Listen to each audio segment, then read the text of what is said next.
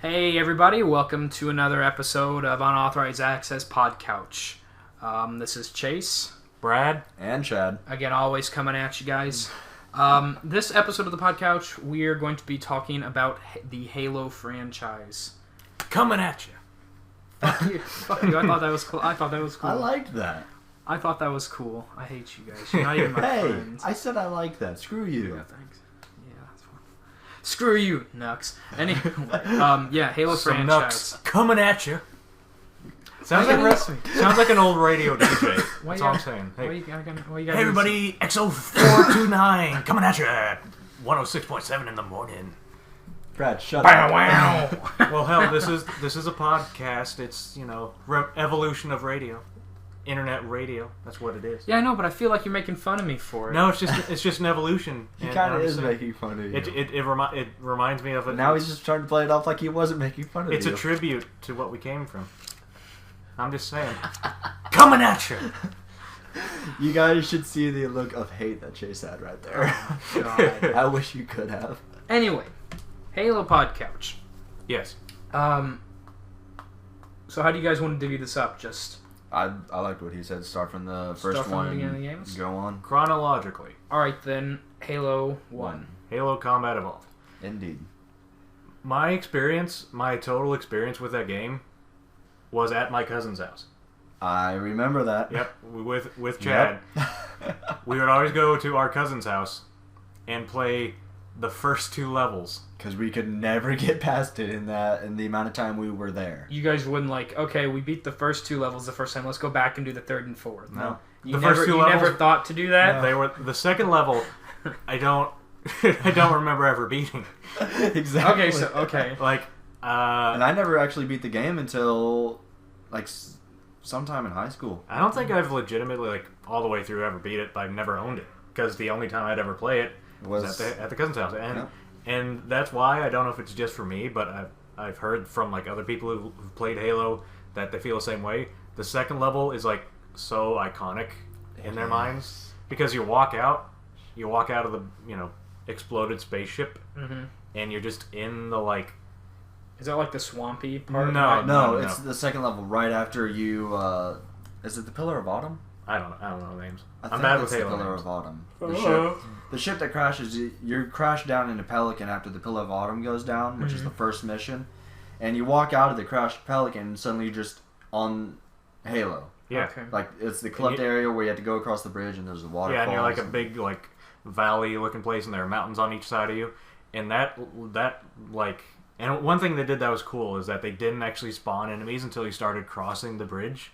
So you had as much time as you wanted to just walk around the first part of the mission, the first area. Right here, say the Pelican's here, you had this spot that you could go in and just be dude, this is amazing. And once that's you what start we crossing did. the bridge. That's what we did for half the time we played that game. So you just explored. We just explored, and it was a Little bit. small area. It And wasn't to be honest, I'll say this, when playing the Halo games just for the whole entire thing, I never felt like you had a time to just explore. There was always fucking some shit going on.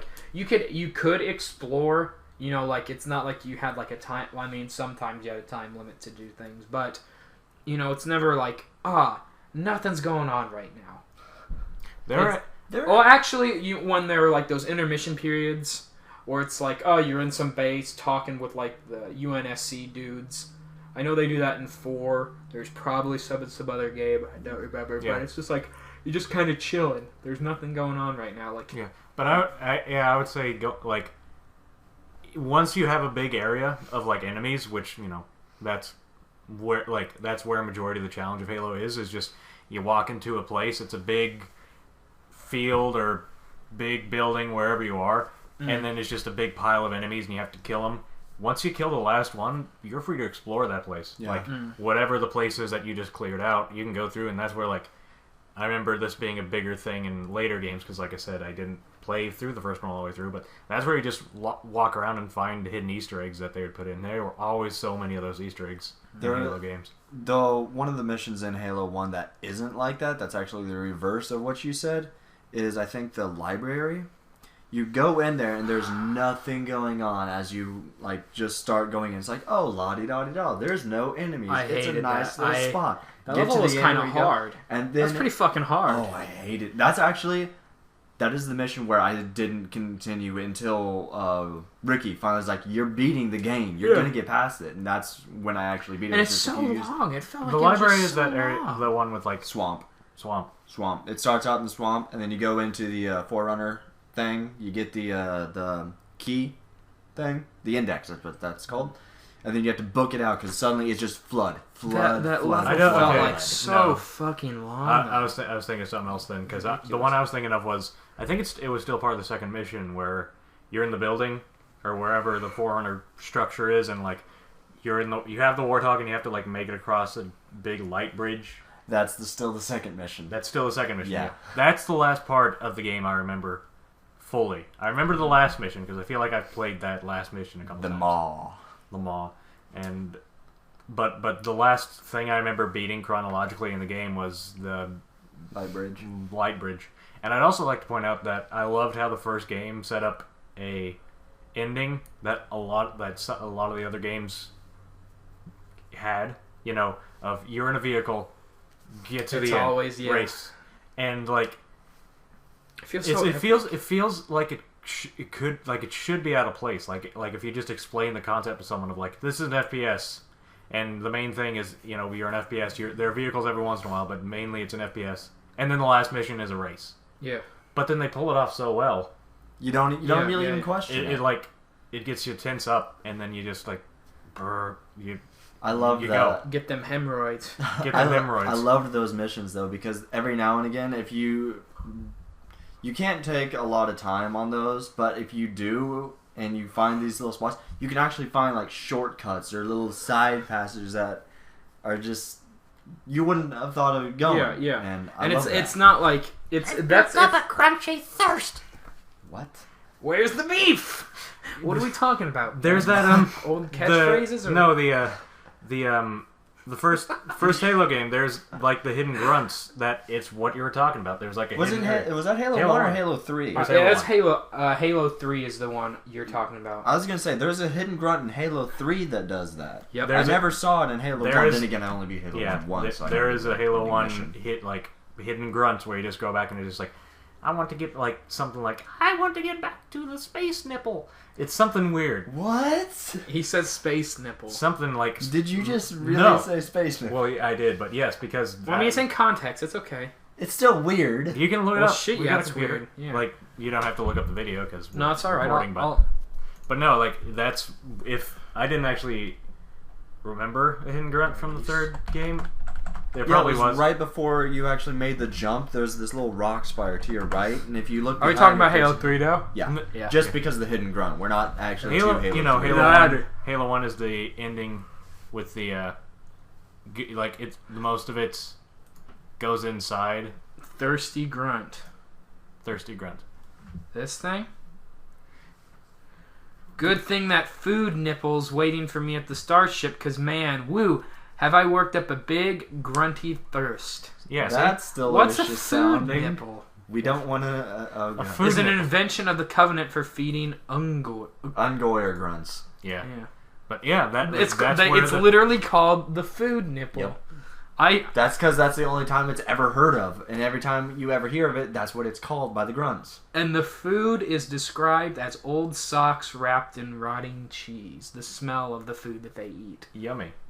Well, they also breathe methane, so I mean, they're not going to exactly have the best, to us, sense of anything.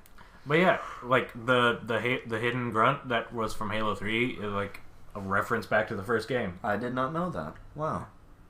Son of a bitch. One thing I really liked about Halo 1, like going back to the first part where you walk outside the Pelican, I loved being able to look straight up and you can still see the Halo ring. Yeah, like I like how it's just like so. They kept that in all the games. Like it was always built in the like Halo ring, and and this is kind of like one of those Easter eggs that popped up actually in the second game.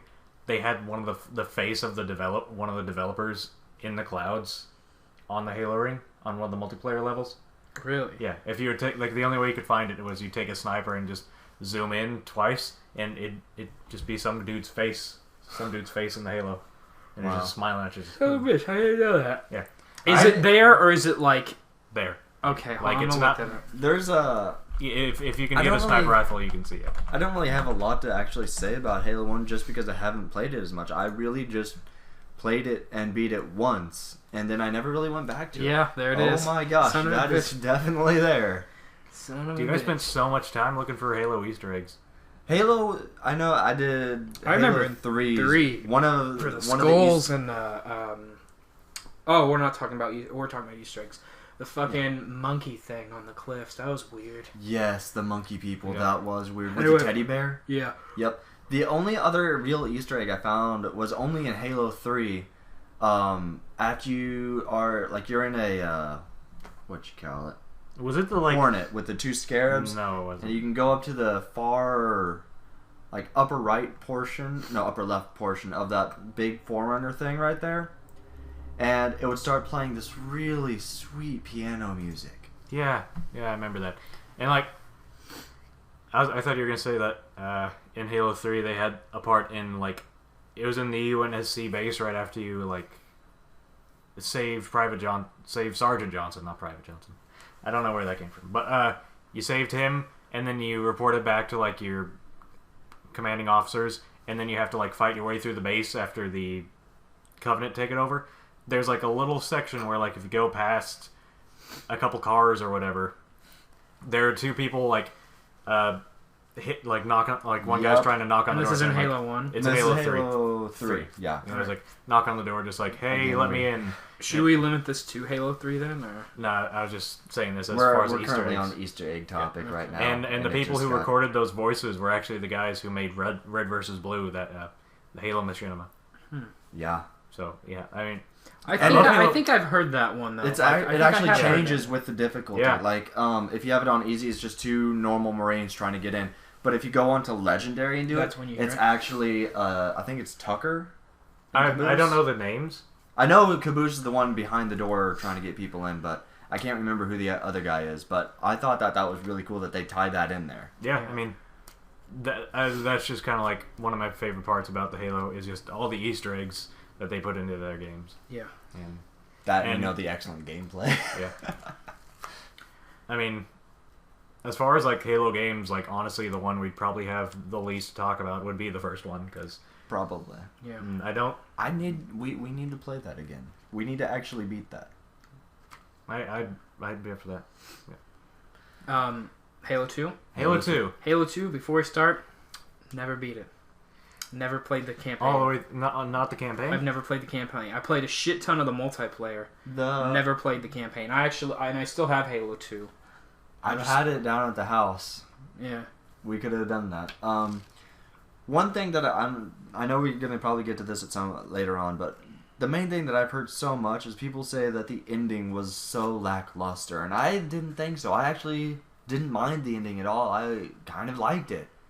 I mean, I liked it, but I was young, so I don't trust my opinion.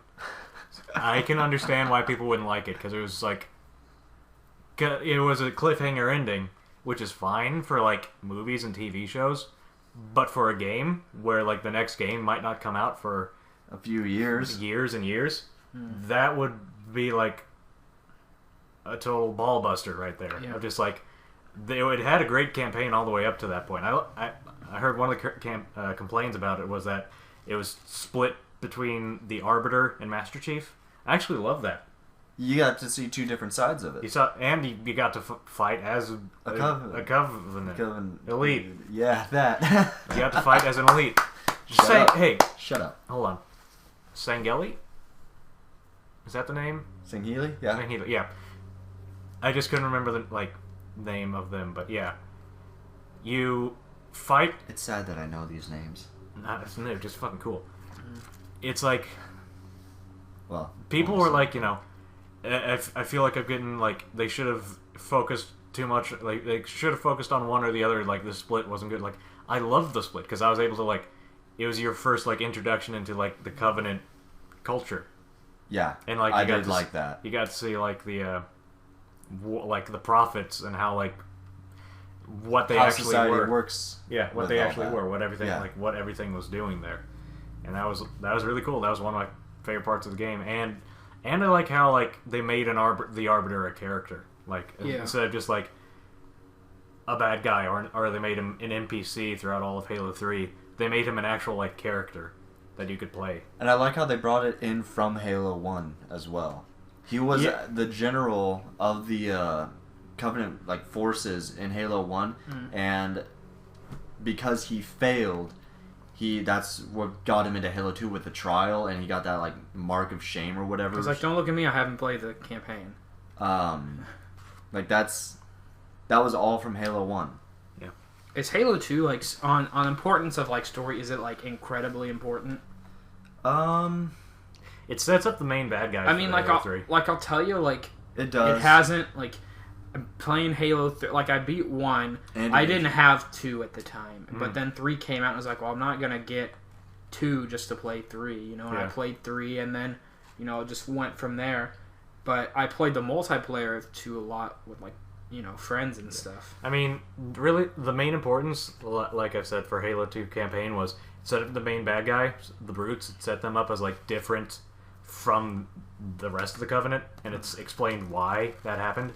And like my favorite part of the campaign was it lets you look at the Covenant society and why they believe what they believe and why they're doing what from they're the doing. inside. So that way you're seeing them as this is our own group of people instead of seeing it from the human perspective as they're just a bunch of assholes. So you do get to play as the Arbiter? Yes. Yeah. And that's like this. No. About half of the. It's about. I was just gonna say they like do like chunks at a time. They do chunks of Master Chief story, and then they like it goes to like perspective keeps on changing. Like is Yeah, it like- like happening at the same same thing is happening on like at the same time? It's just different perspective. No, Pretty but no, much. like I'd as far as say different so. perspective, like it's not the same thing. It's like Master Chief's doing this, Arbiter's way over here doing this other thing. But it's happening at the same time. At the same time, but not like different perspectives at the same thing. Yeah. It's different. That's completely what different. It starts converging to a point does. where it does become that. But that was one of my favorite missions from Halo 2 was the introductory mission to the Arbiter when he had to go fight through the like Forerunner buildings where like the heretics had set up. That mission, those 2 missions, no dude, they were great. They were hard, I hate but any mission with the Flood, and that was a mission with the Flood, and I hated it. then why do you like Halo? I hate I hate enemies. I hate the Covenant. I hate the Flood. I love Halo, but I don't like Halo. That's like the the main Flood's like- source of like. I understand that, but they creep the hell out of me, and that's why I don't like. I'll play the game and I love every part of it, but if it's got just a ton of flaws, just like I don't like it. I want to just. I was about to say move that on. the mission. You must have hated Halo 3 then. I was about to say going into Halo 3, like that one mission where like the mission is going through the Flood, like going through the hive mind, pretty much. It wasn't fun for me, Dude. Like that one. It wasn't that bad, like comparatively to some of the past ones, but I still didn't like it. I will say The worst one was the library. The Flood, like the little buggers, whatever they're called, like the little The infection form. face snatchers. Yeah, They, that's the infection form. Yeah. They those ones. The biggest problem is that they're annoying to shoot. They're kind of like the drones from Halo 2. They're just like unless you have an SMG and like have something to just continually Mow shoot them at down, them, then they get annoying to shoot. Yeah. One thing like that I I said, liked about them is that a SMG and assault rifle just pop a few and it'll just chain reaction because they'll do damage to others, which That's true. pop. But then the like I said, the introductory mission to the Arbiter where you have to go through and fight the heretics. That probably was, and there was, like I said, it was like a chunk of like 2 or 3 levels at a time that you'd be in this perspective. That was one of like maybe my favorites. Well, not my absolute favorite. Definitely my favorite of the missions from Halo 2 was fighting through the heretic area because it was like I said, it was the most like society-driven mission because he was being forced into that mission because of the whole thing with his trial, and it explained like it was like he was starting to see for the first time that maybe what I'm doing, maybe like the people I'm following are actually bad guys, and like that like look into their society was really cool. But then the multiplayer, Yeah, Yeah. that I love. Such good multiplayer. Well, I mean, like, that started it all. I mean, that's really what, in my opinion, like that's what really pushed Halo forward was that game's multiplayer. Yeah, and that's what, like, hell, Xbox Live, it, like, defined Xbox Live for a while. Yeah. One thing I actually didn't know, and I found this out, was that Halo 1 actually had an online multiplayer if you got it for the PC. Yeah. I did not know that until well afterwards. I'm like, what? Yeah. But I mean, honestly, I don't want to offend anyone on the internet. Back then, I do not think PC gaming was all that big. Yeah. Like online gaming was not that big. I'd say like I'd agree with that. I'd say like it's not like PC it is gaming, today. even PC gaming in general, because I was like gaming really got it like. PC gaming really got started with like Doom and like those kind of like also those think era about games, it. But then after that, like it kind of fell down as consoles got more popular. Like back then, it also wasn't too common to have a computer in a household. You know, like if you had a computer in your house, you had some money. When was Halo? Halo 1 was 2000. Like early 2000. Yeah, I could see that. Like I didn't. Yeah, like we didn't have a computer in our house. Like by 2001, we didn't have one. I remember having a computer in my house, but the thing was literally called the Dinosaur. Everyone in my family called it the Dinosaur just because of how old and it. Yeah. But I mean, that's the thing. Like that was also a big, downside to computer gaming back then is they were kind of expensive, and even they were really nice, but the internet was still just branching out and becoming a thing. AOL demo discs were. Popular. Yeah. Like, that was a thing back then. Yeah. But that's why, like, Halo 2's multiplayer... When it got onto the console, just like exploded. To be honest, yeah, and to be honest, I never knew about that online multiplayer until you just said it right now. Mm-hmm. Like, I never knew about that. I didn't know about it I'd heard about it, but I didn't think... the PC multiplayer started until much later. I honestly don't remember. All I remember is that... Like, I know it did... I didn't about it. I didn't remember... I'm not sure if the multiplayer started when the PC Halo 1 came out. I don't know if that was something that got patched in later, or if it was something that went... I don't know, because I never had it on the PC. I can't remember. I can say, though, Halo... I think it was Halo 2. Yeah, it was. Some of their maps were great. The Halo 2 maps... The Halo 2 online maps especially are my favorite multiplayer maps ever. That's why I'm really excited for the, the remaster of it, and that they're gonna put the servers back online. Because I mean, hell, if you actually like, when a new Halo game comes out, or like new Halo map packs come out, anytime they're like, here's a reskin of this old Halo 2 map, those are the maps people get excited for. Yeah, because they were so well designed and I can list through the maps and like pick out favorites, but then I'm listing about almost every map in the game. I know there are only a handful that I didn't. I think maybe 2 or 3 that's gone through 3 different games after Halo 2. I would imagine, Ivory Tower. Ivory Tower. Lockout, I know, came through at least Halo... Reach. It was in Halo 3 as Blackout. I don't know if it came back after that. I don't know, but I thought that came out in... No, you're right, that was 3. Yeah. I think Ivory Tower was in Halo 2, I want to say Halo 3. I could be wrong. I don't think it was in Halo Reach. Unless it was in one of the later map packs, I don't know if it was in Halo 3. I can't remember. Zanzibar was also another one that they brought back. Like, listing all these names, like I said, they're only, I think there's only one Halo 2 map that I legitimately didn't like. And that was the one that, I think it was you who said I liked it, but the swamp one? Oh, you didn't like I didn't like that one. That one was, because there's just not enough there. It was like a big open area with the spire in the middle. I don't think it was actually all that open. And I love the fact that you had 343 Guilty Spark flying around with his little comments and his chuckle. I mean that, yeah. Because you just be fighting an enemy and you're just yeah, that was pretty cool. But that was the only level that I didn't like. Everyone else, all the other ones, like I said, I can list off my favorites from that game, but they'd pretty much be everyone that was there. Maps.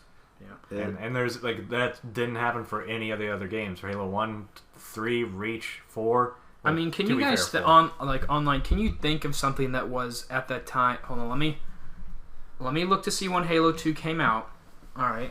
One of my and I was gonna say what else had that strong of an like multiplayer poll at that time. Yeah. My favorite map from that game was actually one of the DLC ones. It was like that giant island with the big Forerunner like building in the middle that had the giant spire on one side. I think that was called Spire. Was it? Was it just the island, you said? Just It was the like island? I'm pretty sure it was just like a big island. Yeah, I remember with that one. And it had that giant spire right there. I think it was called Spire. But that's the thing, like... But I love that because at one point I was actually able to do a super jump, and I was able to get on top of that, and the view was ridiculous. Yeah, I will say that there was, like... And I was going to get to this, but one of my biggest memories from that game... Tales of Symphonia came out the same year that Halo did. Yeah, one of my favorite We're playing games, that right now. One of my favorite games... Not games, but memories of gaming in general, and Halo specifically. Sly 2 came out 2004. Fable came out 2004. 2004 was the game for fucking awesome-ass video games. The game for Pikmin awesome-ass 2. video games? God damn.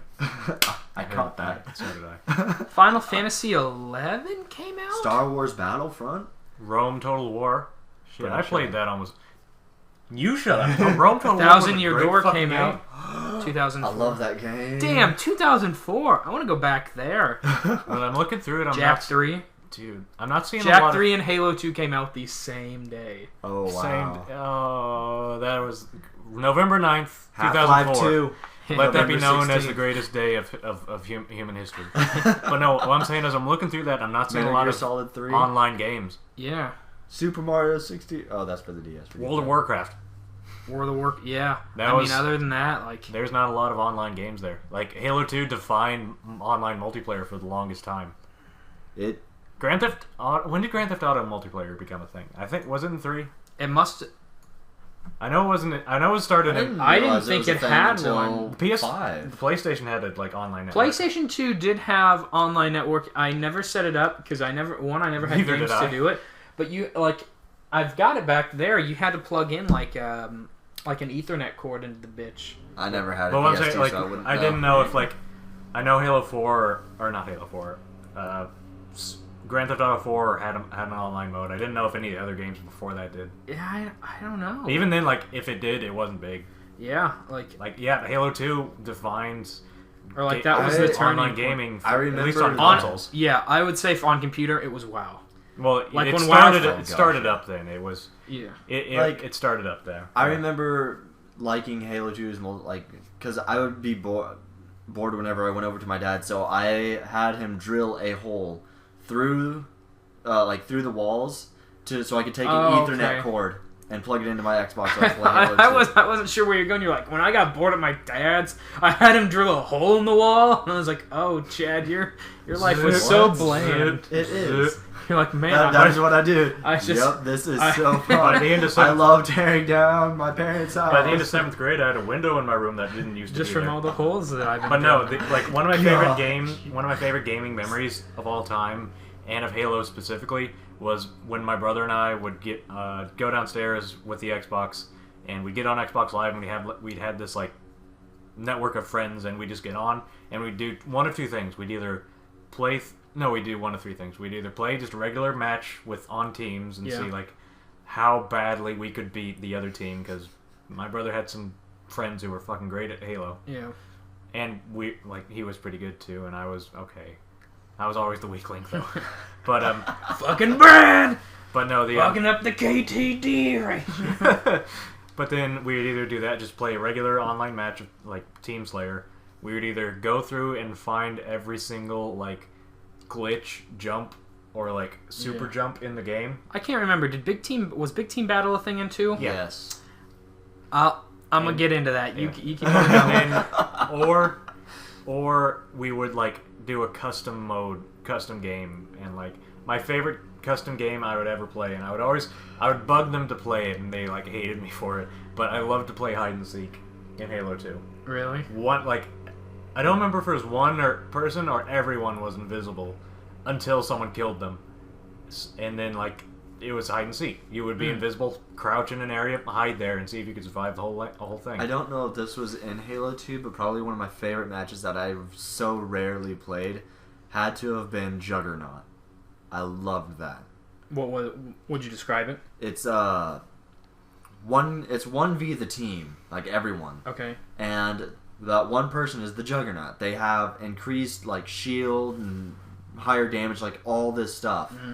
And it wouldn't be like ridiculously overpowered, but then it's them trying to take out everyone else. But each person that they killed then became a Juggernaut, and then they would lose it. Yeah, I mean, it was, they were powered, but it was pretty balanced because, like, however many powers they got, everyone was facing them. Yeah. So it wasn't like instant, like, I'll touch you with my. It's not like zombies. SMG. It's not like one hit and you're dead. Yeah. Well, it's like I'll touch you with one bullet from my SMG and you'll die no matter where it hits. It's like you still have to kill them, and you got everyone facing. Like it was pretty well balanced for like the amount of powers you got versus how much you were still at a disadvantage because of how many people were going after you. And it would be great because you would like grew like oh gosh dang I can't talk. You would find like these spots. Shut up. The team would spread out, try and get like power weapons and stuff, and just watch the perimeter of wherever you are and be like, okay, he's coming in this way. We need to group up and take him out because if you try and lone wolf it, you're done. Coming at you. Get out of my house. But no, they kept that in for the other games, didn't they? I feel like they did in 3. Like I think I it remember was a that thing in 3, but I don't remember. I don't ever really. If it was a thing in 3, I don't like in Halo 2. Like, wouldn't it be like every once in a while you just be playing Slayer and then like would it randomly choose like, or would you have to sign in for it? I think it was like an objective thing that you'd have to sign in. Okay, because I was about to say I remember that being the system they set up for the later games. I don't, but it was so like whenever I tried to do it, so few people were actually doing it that I just didn't. Yeah. Favorite game mode of all? Team SWAT. Well, you can fucking wait, because I was going to talk about Big Team Battle. I was about to say, you can wait for Halo 3. Cause... It was in Halo 2. Was it? Yeah. Do you just want to move on to Halo 3? No. You say what you were saying. Yeah. Big Team Battle. I loved it just because of, like, the massive party size and, like, just the huge... Like, it was... Big maps, big teams, big weapons. It was awesome. Yeah. Like, that was so freaking cool. It felt like a full-scale war. Like, it was for real, like when you're like a 4-on-4 team or something, it's like a pretty intimate thing. Yeah, but with Big Team Battle, it's like I don't know. It truly felt like a war, and it was real. I really enjoyed Big Team Battle. I'm not gonna go into it as much as you guys did, but I mean, did you ever like work with your teammates? Yeah. I would always lone wolf it. I would like, okay, these guys are all going in here to start doing something. I'm gonna go up to the side. I would work with people because I felt like that's how you could win it. Like I would adapt to what was going on around me. If I could tell that I was on like a shit team that was just going like, "Dar, give me the sniper. I'm gonna shoot you," and like team killers and like people who are just standing in the corner doing nothing. I'd lone wolf it. But then there are times where it's just like, okay, I can see the situation of like. We're pretty close, like, if it's, like, objective, like, they're pretty close to capturing the flag, everyone seems to be heading towards the flag, I'm gonna join them, and it would be, like, the best part of that game, like, the best part was, like, deciding what you wanted to do, and not feeling like whatever you decided would hurt the team. Because if you go on, like, Team Slayer and, like, go do your own thing, like, 4-on-4 Team Slayer, that can hurt your team because of the small numbers, but if you're in a big number... a big team, you can like, I'm just gonna go in the mongoose, drive over there, jump out, and see how many I can kill before I die. You do that shit in regular Team Slayer, that you'll get killed instantly, and you won't have helped anything. You'll just hurt your team. Yeah. One of the things that I love doing, and this wasn't so much in Halo 2, but in Big Team in general, I would always just go to the other team's base, get in with like their tank or warthog, drive it back to my base. It's just like. One of you guys want this? Because I'm just going to get vehicles. And that was a pretty good strategy, too. I would give people vehicles from the other team. Like, fucking hop in the mongoose and just haul ass to the other person's base and get in their stuff. Because, honestly, it's like, okay, so they're going to try to stop you. Well, they're blowing up their own vehicle. Yeah, exactly. It's like, it's going to hurt them. Yeah, you may lose, like, a life. What I would do is, they lost a tank. Exactly. And, like, capture the flag or bomb. What was it called? Assault. One of those two games, I would like get in the mongoose and just honk until someone got on my back, and then I would drive all the way over there, and then just drop them off. Like whatever they were doing, drop them off, and then like Or if so you're like a delivery service with yeah, I was people? about to say, or if that didn't work, I would do the exact opposite, where I'd look for someone in a vehicle, jump on the back, and then just have them drive me somewhere. If I can tell, like, oh, they're going into the middle to grab the rocket launcher and they're coming back, then I'll jump off. And but not 75% of the time, you jump on someone's, warthog or someone's mongoose, they're going to wherever you need to go, and then you follow them. And that's what I said. That's like the decision of, do I want to lone wolf it, or am I gonna to play a team game? And if I ever both work. I ended up driving a lot in the Halo games, and I would just get in a warthog, and if somebody just to go and do something, but if somebody got in the turret, it's on. It's on. Like, that's it. I go and I will hunt people down, and the gunner will just. It was so great. It's. To be honest, probably one of my favorite moments in Halo is when you're either driving a Warthog. I never liked being in the passenger seat unless you had a heavy weapon. But favorite just thing in Halo multiplayer is having a full vehicle of people going over to kick ass. Like if you're in a Warthog and you got someone on the turret, someone driving someone in the side, you're like, oh, we are an unstoppable force. We will fuck your life. Until in Halo 2, it had the lock-on rocket launchers, so. If someone got that, you'd be done immediately. Yeah. One thing that go ahead. No, I was just gonna say. But it's just fun. I have a story. I love that. I was you can go ahead. I was just gonna say I have a story for when we start talking about Halo 3.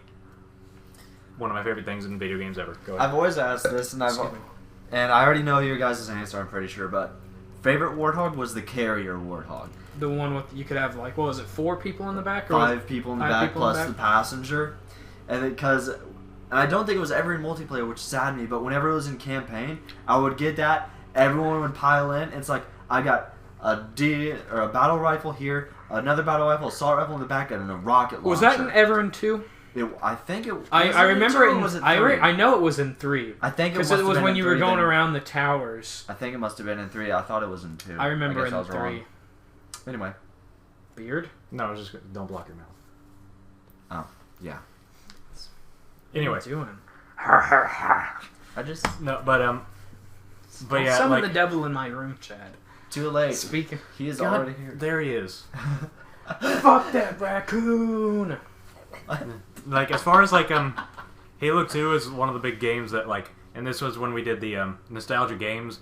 I would have included Halo 2, except I consider it a little too late for what I was talking about. Okay. But it is one of the big games that introduced me to gaming. Which, by the way, I'm not going to go far into it, but I did forget 2 big gaming franchises in my nostalgia gaming. One was Crash Bandicoot. Mm. And I'm forgetting the other one. Good. Okay. Well, I guess we'll just ignore that part. Yay, Brad. Sorry. Anyway, yeah. I'm sad that I forgot about Crash Bandicoot. But anyway, Halo 3. 3. Do you guys want to move on to it? I did state this the last time. I think I've stated it a couple times. Is this unanimous? This is all our favorite Halo games? Halo game, I would say. It's mine.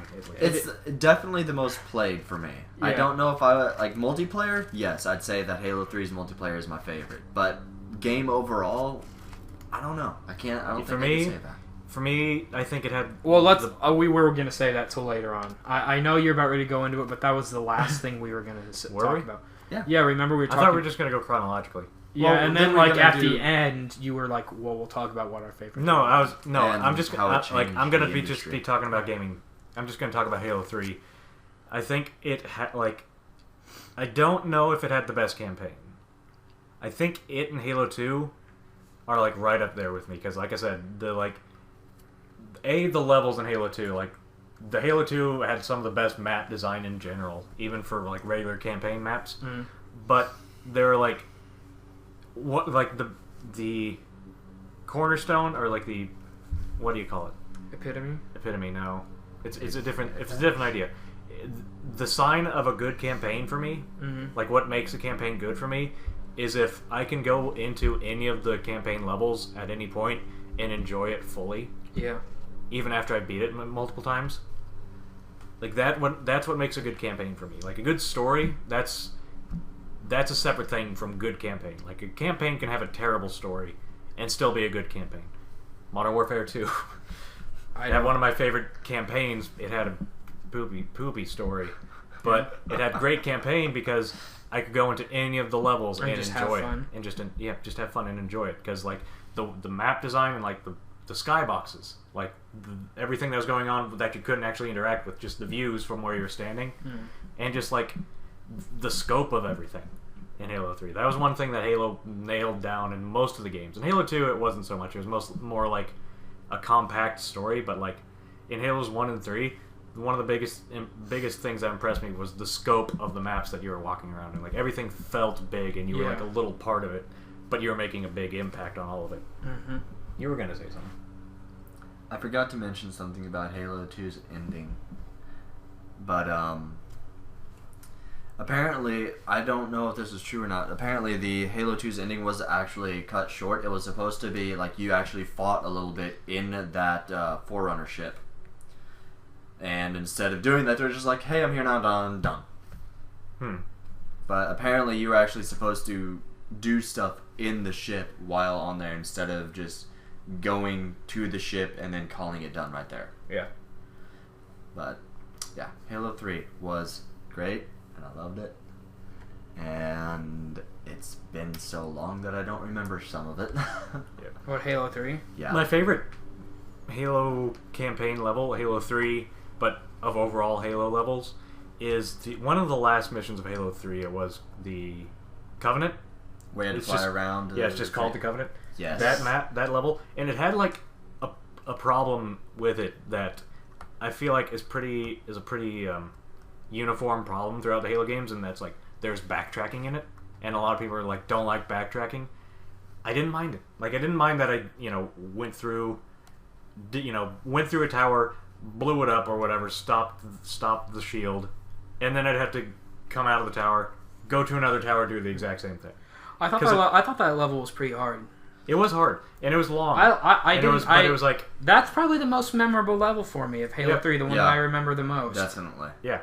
I mean, it was just like there is backtracking of like you have to do one tower and then do the exact same tower only over here, but it fit. Like you had to do it because it was like the way the story was set up that you weren't supposed to go over there and beat it, but then Sergeant Johnson's team didn't work out, so you had to go do it yourself, and it was like you had to take up the responsibility of finishing it off, and that was just another thing of like showing how badass Master Chief is, that he just did this and he's going to go do it again just because someone else. Why are you looking at my shirt so intently? Because it's a bunch of cats. One thing I'm going to say very is distracting.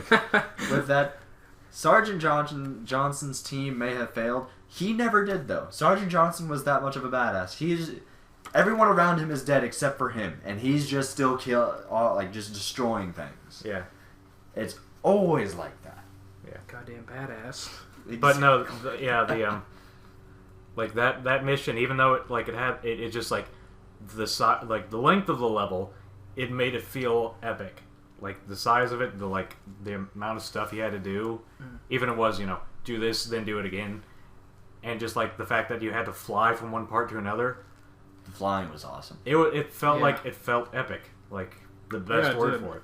Like, and it had a lot of vehicle use because you started out Warthog, then the Hornet, then Scorpion Tank, back to Hornet, and then you go inside that Forerunner thing to do that. But almost the entire part of it was in a vehicle. Did that level end with a Scarab fight? Or was it 2 Scarabs? Yeah, I was about to say, it ended with 2 Scarabs dropping down at the same time. I remember the Scarabs. Like, I thought that was just fucking Dude, the introduction, sweet. I wish, we kind of already talked about Halo 2. The introduction of the Scarab in Halo 2, one of my favorite maps, of Halo 2. Just the, Metropolis. Watching it go through, and just, that one part where you had to run up to, where all the Marines were already posted, and then just, see them react to it as it was, going over them. That part was really fucking cool. One of my favorite things in Halo 2 ever was actually from that. It was a Sergeant Johnson speech in the beginning of Metropolis on Legendary Edition. Loved it. I don't exactly remember it, so don't expect me to quote it, but it was so great. But yeah, and the campaign for Halo 3, I'm trying to decide whether I liked it more than Halo 2, and it's differences in campaign because, like I said, the Halo 2 campaign felt more smaller and personal since it was split between 2 people and you had to deal with both of their stories. Do you think they should have left the Halo 3 campaign open like they did, the ending. I don't. I think I'm okay with it. Yeah, I think it was left open not for sequels. I don't think. I think it was just left open just as a decision for this is how we want to end it. We want to end it because honestly, the player's imagination has been a big part of Halo because they never show Master Chief's face because you're supposed to project you into Master Chief. You imagine yourself as Master Chief. That's what one of the reasons why they never show his face is because it's supposed to be the player's surrogate character. But then, and so that's a big part of the franchise of the player brings their own thing into the game, and then when they end it like that, you're supposed to bring your own expectations of what the ending should be into what it actually was. Does he get rescued? Does he crash into the... Well, we know now because they. Sadly, I'm gonna disagree with you on that. The part about where you're being projected into Chief. Yeah. I agree with you on that.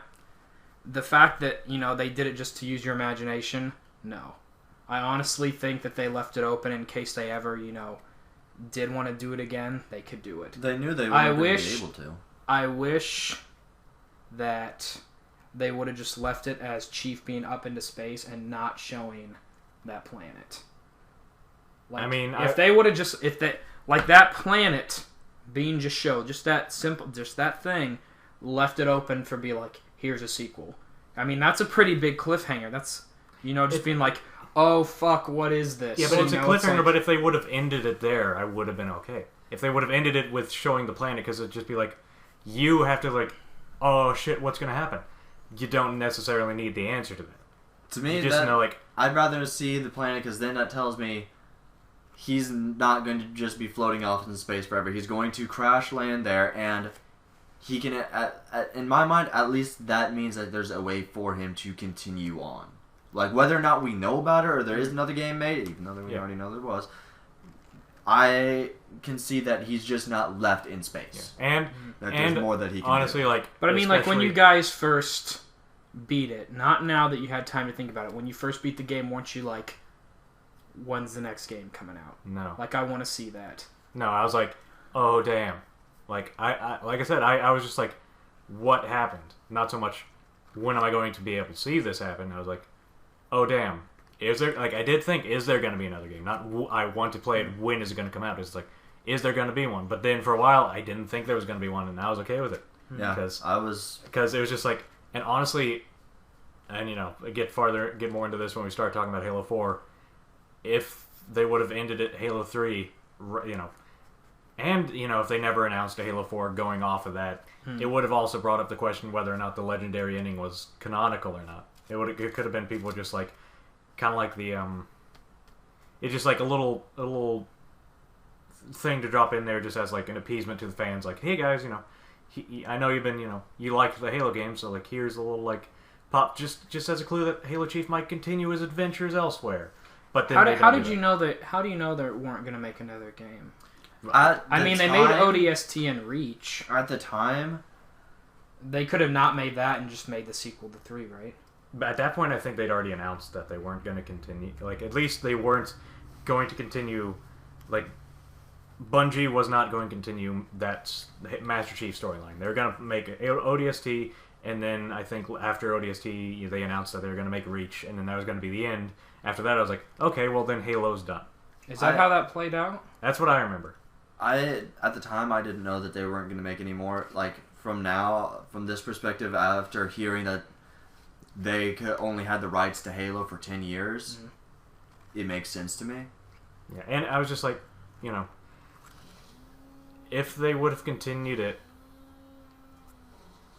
I didn't think they were going to continue the Master Chief storyline. I genuinely didn't think they would. I thought they were going to end it. I liked the ending of just open-ended. You don't know what happens, but this is the end. I thought that ending was big enough that they should have done something like that. They should have continued it. But if they didn't, I was happy. That. The ending was good enough to where they didn't need to do anything. Yeah. But I still thought they were going to. You don't... I understand the imagination part of it, but you make 3 games. Yeah. Like, if it was 1 game and, it ended like that, then it's like, okay, I understand, but 3 games, and it's like, when I beat it, I was like, okay, the Covenant are done. Yeah. Mm-hmm. What is that? Like, that's something new. That's not the Covenant. That's a whole new thing that they're introducing. See, I don't think I can agree with that. I was about to say, I disagree on the statement that you would have made. Like, if they would have made 1 game and ended it like that, I would have immediately thought, there's going to be another game after this. The Halo 3 games, after Halo 3, it felt like a conclusion. You mean even with him looking at that big, like, green alien planet thing? Like, yeah. Like, if they would have ended, like, Halo 1 like that, I would have been like, well, they're probably going to make another game like this. But then they, it's Halo 3, it's the end of the trilogy, and it's, the end of that storyline. It felt conclusive. Even if they dropped in that little bit, that didn't seem like they did. That was definitely, enough of them to build a sequel off of. Keep going. But it didn't seem like enough that they had to. Like, it would have seemed like they had to if they, like, ended it with just, like, a shot of, I don't know, what was the name of the big bad guy? Tartarus? Yes. If they would have just had a picture, like, an image of him. No. In Halo 2, the big bad guy. Yeah, Okay. I couldn't think of, like, any big, I guess, Hive Mind. If they would Gravemind. If they would have had a picture of, or an image of, like, Gravemind, like, the hand reaching out of the ground is like, oh, he's still alive. That would have been enough, like, okay, I feel like they have to continue. But the image of, like, a planet in the distance that he's floating towards, it was definitely enough for them to build something off of, but not enough that they had to build something off of it. To me, I feel as though the thing that I was disagreeing with Chase about was that he said that it was introducing something new. I'm like, no. Forerunner stuff, like, you hear the word Forerunner all the way from game 1. Yeah. And the symbol that you kind of see a lot is that circle with the kind of spire in the middle. Yeah. If you actually look, you can see that symbol on that planet. Yeah, I mean, and it's a Forerunner planet. Yeah. It's nothing new. It's something that the Forerunners made. It's good. Yeah, I'm okay with it. I mean, heck, that was one of the reasons why I thought, like, it's not going to end like, it's going to end right now. It's not going to continue because what he's, rocketing towards is a Forerunner planet. He's just going to drop down and have some Forerunner adventures now. Yeah. I don't necessarily need to see him, but he might have them off screen. A continuation of the story that we're okay with not being a part of. Yeah. At least And, again, that's part of, like, that's only the legendary ending. It could have been just, like, if it didn't continue on from there, I could have seen it just, like, it's a little, little drop in from the developers, just like, hey, guys, Master Chief's going to continue adventures. It's been a fun ride, but Master Chief's going to keep going. Hope you keep going, too. Have a good day. Cha-cha-cha-cha. I don't know, though. Like, it's kind of weird that, like, they told you on the thing that it was done, and that they would leave a cliffhanger like that. Well, I don't think it was kind of a cliffhanger. It wasn't so much a cliffhanger as much as it was just, like... Just something that lets your imagination have fun with it. There's a difference between cliffhanger and open-ended. Open-ended is, like, it's not a definite conclusion to, like, everything, and there's, like, your imagination can continue on. Cliffhanger is... I need to know what happens next. That's how I felt. I mean, could this just be a matter of opinion? I guess so. Yeah. Because the cliffhanger for me, I would say, is more like Halo 2's ending. That, to me, was much more of a cliffhanger because the Covenant just started pouring onto Earth. Master Chief is there, is like, I'm here to finish the job. Boom, done. What the crap? I need to see what's going on right now. I know, but see, that's how Halo it felt 3 for me. Is 3. He goes into a cryotube and you just see the little planet and stuff. I mean, that wasn't that's the thing, though. For me, like, you thought it was done, but it's not. What is that big, green, glowing electronic planet? It's a hell of a Forerunner planet. Like, you can tell because on the planet that you see, you actually see a Forerunner symbol on it. Well, see, like, I'm saying at the time, when we did it, for me, I was like, what is that? Like, what is that? Even on the box it says, this is it. Yeah. The conclusion to the trilogy. It is the conclusion to that trilogy. I know. I'm sorry. I wasn't saying that. I was just saying, like, that they said they weren't going to make another game, right? Starring Master Chief. From that storyline, yeah. I know, but for when they said no, that's what I'm saying. Like, yes, they said that they were going to be done, not with Halo in general, but with Master Chief. Yeah. Okay. Well, I mean, on the box it says the conclusion to the Halo trilogy. Yeah. Like the Master Chief, like in the same way that like Assassin's Creed has the Ezio trilogy of like 2 Brotherhood Revelations.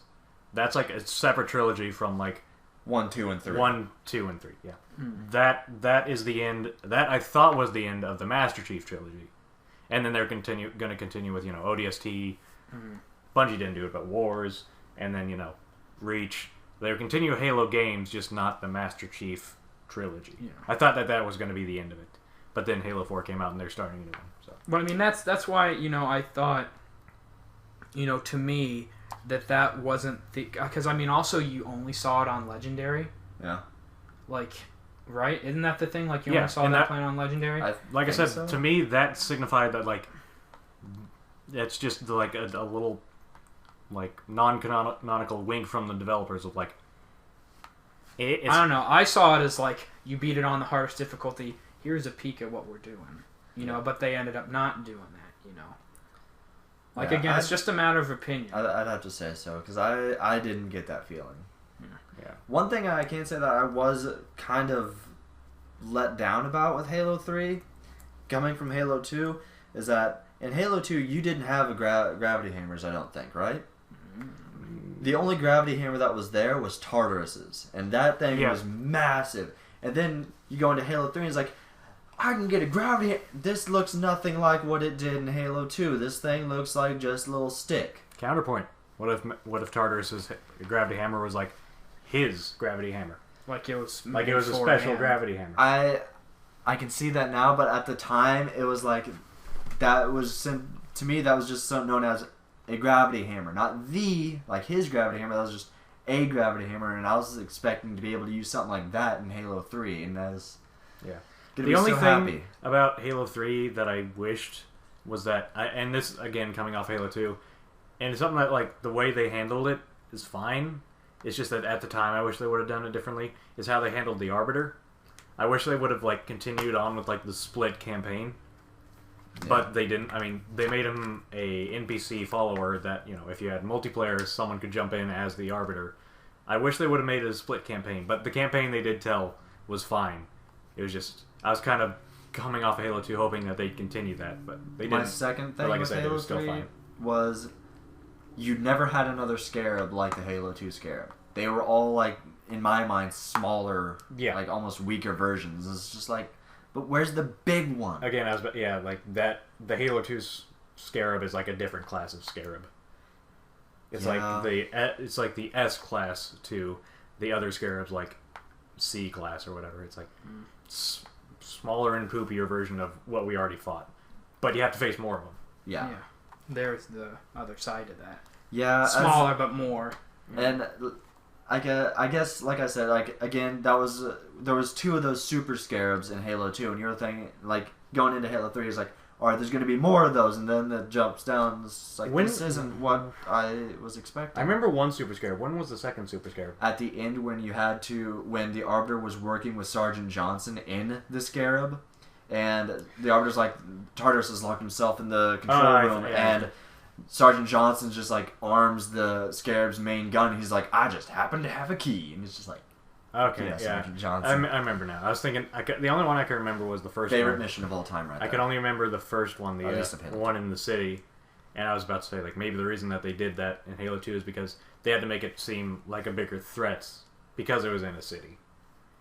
And then they kind of continued on with that to allow them something to shoot the gate down with. Yeah. So, like, I can understand why they smalled down the Scarab just for Halo 3. Yeah, I'm not, like, I can understand it, but I'm still disappointed because I was still wanting those big-ass motherfucking Scarabs. Yeah. One of my favorite things about Halo 3, I don't know if they did this in 2, but the skulls, like how you had to find them, and they're really hidden, that made it really fun to, like, explore places. Were there skulls in Halo 2? There were, and some of them were so hard to get because you could only get them on Legendary difficulty, and once you got them, they were active. Oh, I was going to ask, that was the second part, did they do anything, or were they just collectibles? Nope, they were there. There was, like, for the first mission in Halo 2, when you're on that space station, You get on that tram and you ride it along for a little while, and then you get off and do stuff. On that tram, on legendary difficulty, if you go to like the opposite end where you entered and just hold the pickup button, it'll pick up a skull, which then makes all the enemies harder to fight. And it's already on legendary difficulty, and it's not just something it's a lot worse. It's like not even something that like once you pick up, you can then unlock later on, like on a different thing without having to do it. It's suddenly on right now, and there's nothing you can do. So like, what if you like quit out of the game and you start back up? Then it'd be off. Okay, so it's not like it's not like in Halo 3 where once you find it, it's like a toggle thing. Exactly, it's not like that. It's just like you pick it up, it's on, and the only way to turn it off is to quit the game, like get out of the campaign and restart. Now, moving on, Halo 3 multiplayer. Hold on, I wasn't done. Oh, I'm talking about that. I really like that. Just the fact of like all the exploration you had to go through to find it, and like even those crazy ones. I remember one that was, it was like in the sand level. I don't remember the actual names, but the one, it was like up on this, like the shape of the building, there's like a deck, and then there's like these pillars that went up, and then they angled like that, and one of those bastards was up there, and you had to like rocket jump or some bullshit like to get up there, and it was super hard, but it's like you'd never see it, and it's like, how the hell would you know? Or like the one in the UNSC base that was like right in that meeting area, where it was like up on like the red pipes up there, and you're like, what? Like you wouldn't know. Like I would have never known about that had I not looked them up. Yeah. And I thought that was so cool. Also the terminals, that they had in Halo 3. I thought that was a cool weird thing too. For me that like I love looking up Easter eggs as like, weird little like, hey, there's a developer's face in the clouds, or like here's a monkey family that looks really creepy. But I would never go out of my way to find terminals. I go out of my way to find the random Easter eggs that don't matter, but as far as ones that like progress the story or give backstory, I didn't look those up. Those terminals actually were like the backstory between the librarian and the didact for Halo 4. Yeah. Like that's what those were. One of the Easter eggs that I found, I wasn't quite sure about it, but I could kind of see it. One of the levels in multiplayer has got this kind of a tunnel underneath that comes in from the two separate sides and then goes out at just one point. But if you go underneath it, it's kind of like a floody looking tunnel. Oh, is this Halo 2? No, Halo 3. And then you go, just continue. Yeah. If you look up, there's a picture of an evil duck. Like it's just a duck, but it's got like angry eyes and it's got like little devil horns. Just an evil duck just sitting there up on the ceiling. That's the kind of shit, if I was a game developer, I'd add all the time. I would add a bunch of like inside jokes. It's got like, I would put it in like really obscure places though. Like super obscure places that you wouldn't normally get to. Like in WoW, there was like when it first came out, there was a whole section. Like that place in Dunmorog that has like the plane landing. Yeah. You were never supposed to get to that area. Nope. And originally it was just like a bunch of like trolls and like gnomes fighting each other, and they were like naked and they were going at it, and it was really weird, but you were never meant to get up there. Yeah. Like stuff like that in some game, like you glitch your way up there out of the map and then you're just there. Like I said, Halo 3's just because I said something about the multiplayer, I had friends that I made and we would just play that game for hours. I remember you were super ham on Halo 3's multiplayer. I played a bunch of Halo 3's multiplayer, and I would, I would, try to get with whoever was online. If it was you or Colton was online, I tried to get on with you and like play. Like normally, if we did that, we'd play like because usually it was just like two of us, like whether it's me or Chad, me or you, me or Colton, and we'd do like the team doubles of like. Yeah. 4 teams of 2 against each other, and they play like the weird game types like Rocket Race. Yeah. And that was one of my funnest games ever. Just super like fun. Rocket Race with me on the rockets and Colton driving. That was how we did it. That was in Halo Reach that we did that. I know, it's still awesome. No, our thing. Oh, okay. Yep. It was in Halo 3. But... We still got those pictures. Like, yep, still got that picture. Oh. Multiplayer. one of my favorite memories of gaming. Is that what we're going on? Halo 3, we're on to their multiplayer now? Yes. Okay. One of my favorite memories from Halo, from gaming in general, Halo, and this happened in Halo 3 multiplayer. It was a big team battle on the sand level in Halo 3. Yep. And the thing was, like, joined it, and, you know, things were going fine for, like, the first couple of minutes. Then suddenly, it got super laggy. Like, the laggiest I've ever seen in an online game. Yeah. Like, to the point where it was virtually unplayable. But almost no one quit for a while. People tried to make it work. And, you know, people would go around, you know, shooting at people and be like, I'm shooting at, you know, this wall over here. Suddenly I'm looking at the sky. Yeah, and so I'm shooting at this guy over here. Suddenly he's behind me. And it got to the point where, like, I was trying to do that for a while too, but then I realized quickly this isn't going to work out. So I just started screwing around. Yeah. And I was just walking around like, what's going on?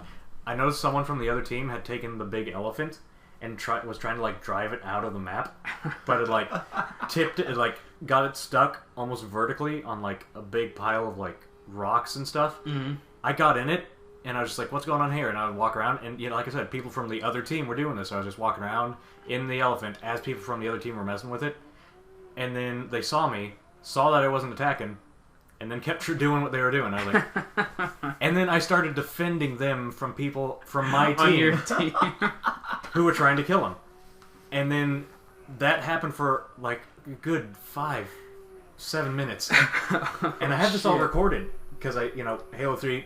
you know, theater mode that I saved, and that happened for like a good 5 minutes or so until finally, I don't know if someone from their team killed me or if I got betrayed. I don't know, but you know that happened. Tried going back to the elephants, they were gone. Like they must have been killed. And I was like, ah, damn. So then we went through the rest of the mission, and then the final like minute 30 seconds, 2 people just came from the other team just came by in a warthog, and I was like, hey. I started shooting at them, and then they like drove towards me, and I looked at it, I was like, those are the guys. Those are the guys from the elephant. So I jumped in the passenger seat, and then we just rode off into the distance as the game ended.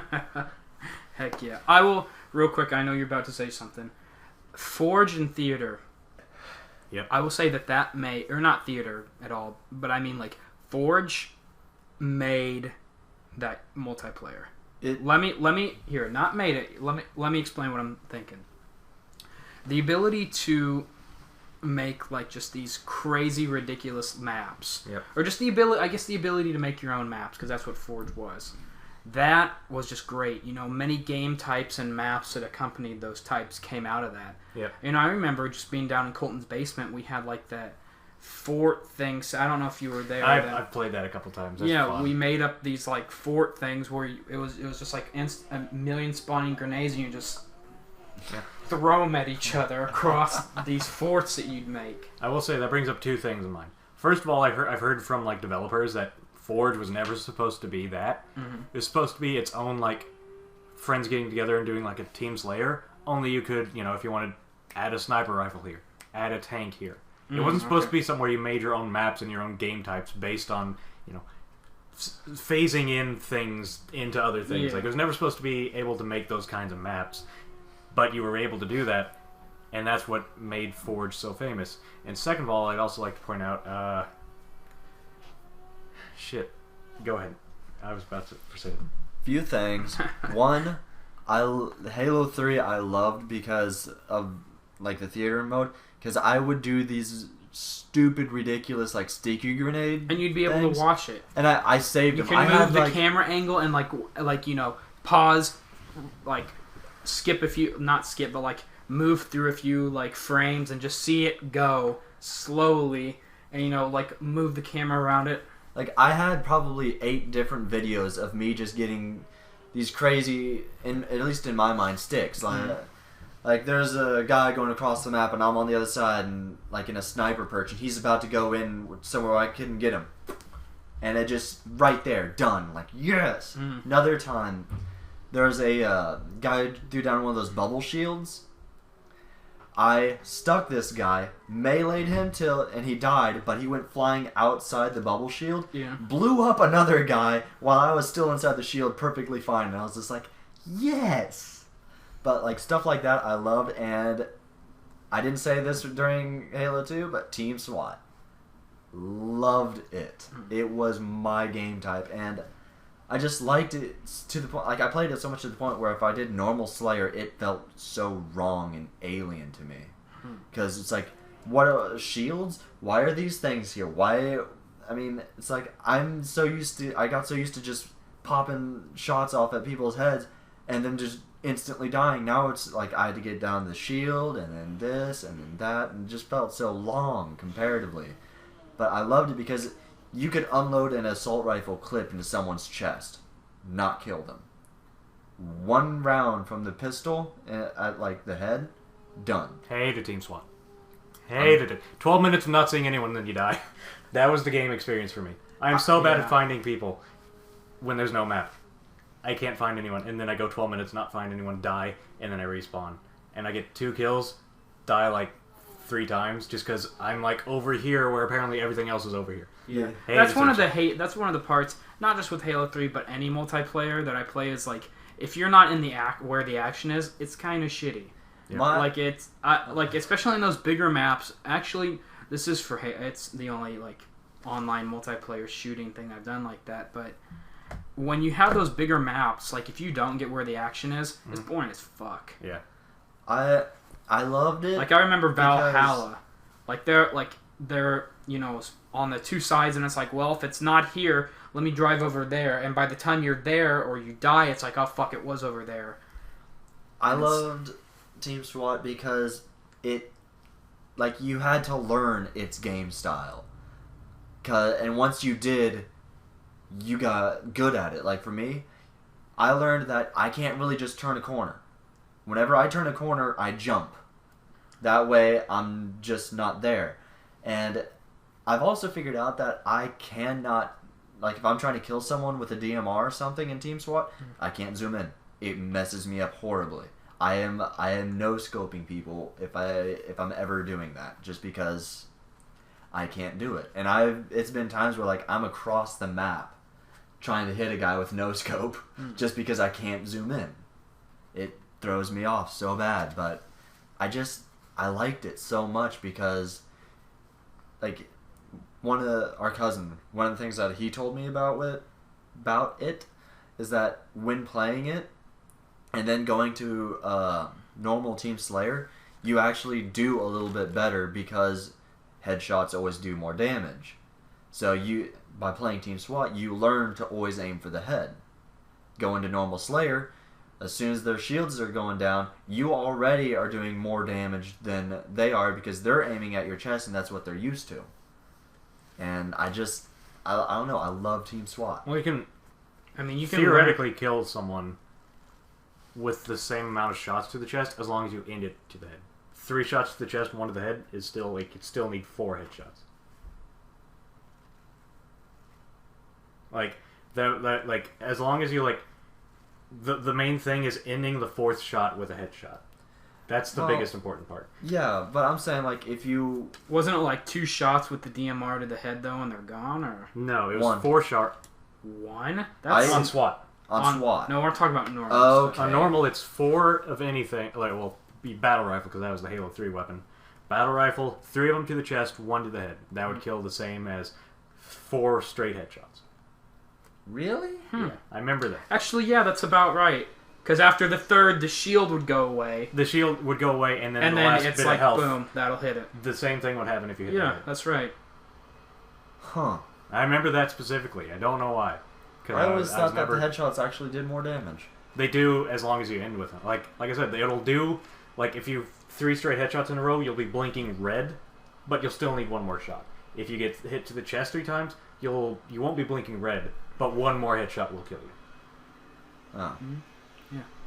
Well then. Yeah. Did not know that. Yeah. But it is part of it is you got to end with the headshot. Otherwise you're emptying a clip into his chest and not killing him. Mm-hmm. And eventually you do, but it doesn't feel rewarding. It feels a lot more gratifying to end it with, I don't know, like the DMR scoped in or not scoped in, just a pap, and then they're just gone. Like, it feels good. It doesn't feel as rewarding if you like empty a clip into him, eventually kill him just through chest. That or a needler. Like the needler, like killing with the needler. I was just like, God, I feel so cheap. Like it's not even skill. It's always super rewarding to kill someone with a needle rifle. in Reach because it would end with the explosion if you got a headshot. Yeah. That was great. I didn't like the Needler in multiplayer at all. Like, I love it for campaign, especially on Legendary, because that's how we got through Halo 4 Legendaries, because I would needle the fuck out of I things. liked using it. I didn't like it getting used against me. I didn't like it because I felt cheap using it, and if somebody was using it against me, it's like, no. Needler noob. Needler noob. That's like a phrase. Exactly. I will say, I feel the same way about the plasma pistol. The noob combo? Noob combo. Yeah. Plasma pistol and DMR or battle rifle. That, like, the plasma pistol is how I got through Halo Reach campaign Legendary by myself. Halo 4 Legendary campaign, me and Chad. Because I would pick it up and just get down at big enemy shields and then shoot them in the head. And that'd be like... that's like, if I don't kill him in the next 2 seconds, I'm going to die. Yeah. So I need to do that. And in multiplayer, that was never a thing. It was never I looked at an enemy and say, if I don't kill him in the next 2 seconds, I'm going to die, because I'm like, I'm fucking good at Halo. I can kill him. I can kill him with my own 2 weapons. Without it.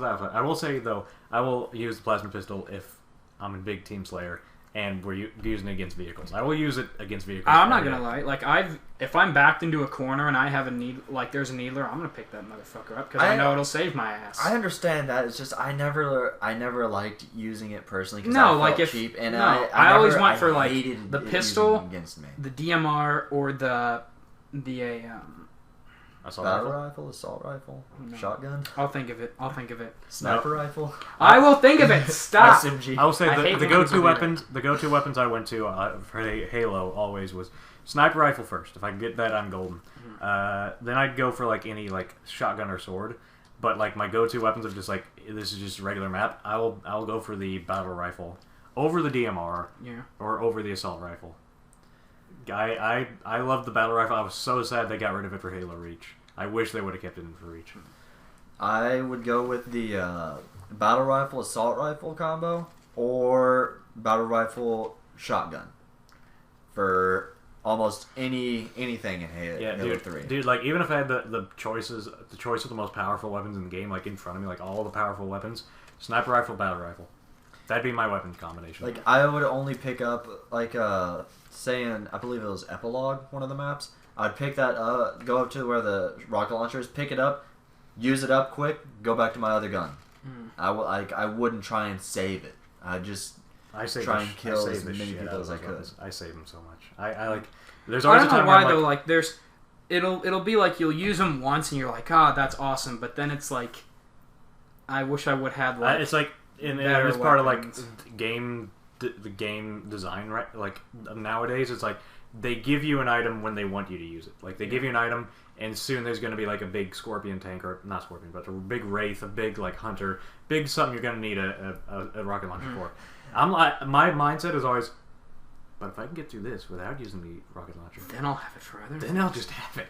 Then I'll just be like, this room is being a pain in the ass. Boom. God, fuck you. There is like part of the thing is like if they give you something, use it right away because that's when they want you to use it, and that's like it makes sense to use it right away. To it. But my thing is always, but if I beat this without it, that'll show how I'm super badass, super elite, and then I'll just have it for later and just get out of a room free card. Yeah. The first thing that popped up into my head is like, when you are given all these, is like the Halo 4 room with all of those weapons, like 2 incendiary cannons, grenades, and all like gravity hammer, just all this stuff. Is like, this isn't leading into anything big. Yeah.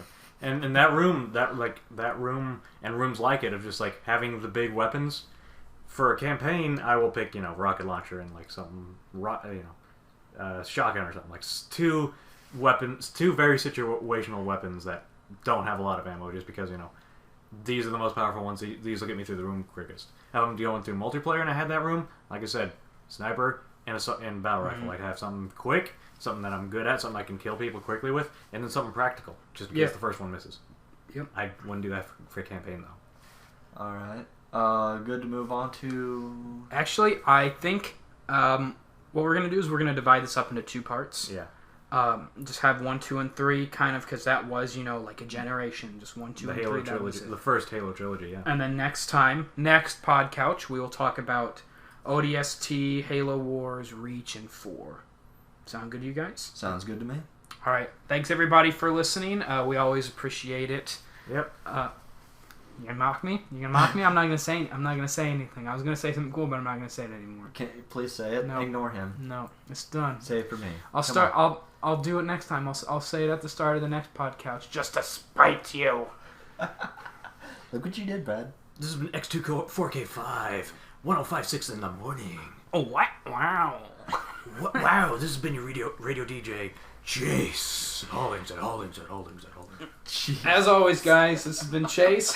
Brad. And Chad. Thanks for watching, guys. See you next time. See ya.